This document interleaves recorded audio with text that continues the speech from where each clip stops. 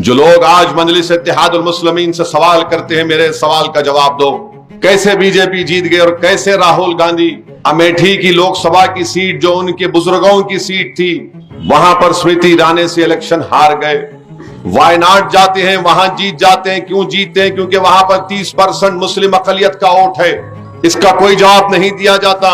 BJP election पे election जीत जाती है, और जब तेलंगाना में इलेक्शन होता है तो कांग्रेस पार्टी हो या बीजेपी हो, ये मिलकर मजलिस इत्तेहादुल मुस्लिमीन पर निशाना ताकते हैं, इल्जामात लगाते हैं, मगर मेरे सवाल का जवाब कोई नहीं दे पाता कि आखिर बीजेपी क्यों जीत रही है।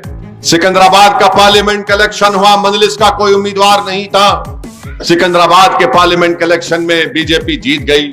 हल्के असेंबली नामपल्ली का रिकॉर्ड उठाकर देख लो, अगर 7 असेंबली हल्के जात अगर सिकंदराबाद के पार्लियामेंट के हल्के में है, तो नामपल्ली में बीजेपी को शिकस्त हुई थी, क्योंकि यहां पर मजलिस का एमएलए था। हमने खोलकर बीआरएस की उस वक्त तायीद की थी। इस सवाल का भी जवाब कोई नहीं दे पाता। मेरे अजीज दोस्तों और बुजुर्गों, बताना यह चाह रहा हूं कि चाहे कांग्रेस हो या बीजेपी हो या कोई सियासी जमात हो, वो हरगिज इस बात को कबूल करने के लिए तैयार नहीं है कि मुल्क की जमहूरियत में मजलिस इत्तेहादुल मुस्लिमीन ने जो मुकाम बनाया है, वो ये नहीं चाहते कि मजलिस का सियासी वजूद रहे। वो हरगिज इस बात को नहीं मानते कि मजलिस एक सियासी ताकतवर जमात बनती जाए। इसीलिए सब मिलकर एक ही कहते हैं कि असदुद्दीन ओवैसी मजलिस ये है। कांग्रेस के लोग ये कहते हैं कि मजलिस फलां की टीम है। नरेंद्र मोदी हैदराबाद को आते हैं, अमित शाह आते हैं तो कहते हैं स्टीयरिंग ओवैसी के हाथ में है। कांग्रेस के लोग आते हैं तो कहते हैं ये इनका भी टीम है। अरे मेरे सवाल का तो जवाब दो, तुम सिकंदराबाद क्यों नहीं जीते? तुम अमेठी क्यों हार गए? 2014 और 19 के पार्लियामेंट के इलेक्शन में मैं 3 लोकसभा की सीट पर लड़ा हूं। तो मजलिस को निशाना बनाना सिर्फ इनका एक ही मकसद है कि आपकी सियासी आवाज ना रहे। आपकी जो सियासी पहचान है, आपका जो इत्तेहाद है, इनको पसंद नहीं आता। ये जो इत्तेहाद एक गुलदस्ते के रूप में मजलिस ने कायम किया है, इसमें हमारे बुजुर्गों का खून शामिल है। इसमें हमारे असलाफ के लोगों ने बहुत मेहनतें की।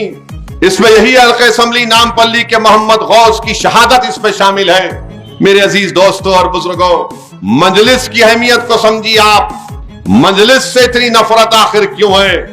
क्योंकि मजलिस तेलंगाना हो, महाराष्ट्र हो, उत्तर प्रदेश हो, बिहार हो, वहां पर मजलिस के जो कदम बढ़ रहे हैं, इनको नजर आता है कि अगर ये बाशऊर हो जाएंगे, ये अपने हक के लिए खड़े हो जाएंगे और जमहूरी तरीके से हमसे मुकाबला करेंगे और इनके दिलों से खौफ निकल जाएगा, तो इनका मकसद एक ही है कि तेलंगाना के इलेक्शन में यहां पर आकर मजलिस के बढ़ते हुए कदमों को रोक दिया जाए। इसीलिए कांग्रेस के बड़े बड़े नेता आकर ये बड़ा तंजिया तौर पर कहते हैं कि हम असदुद्दीन ओवैसी को हैदराबाद से निकलने नहीं देंगे।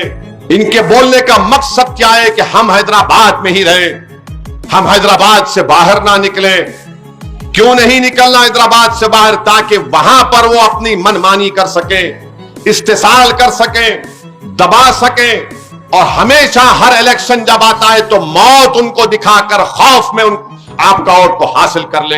मजलिस मौत का खौफ नहीं दिखाती, मजलिस कहती है कि हम लड़ेंगे। मजलिस डर के नाम पर वोट हासिल नहीं करती, मजलिस काम की बुनियाद पर वोट हासिल करती है।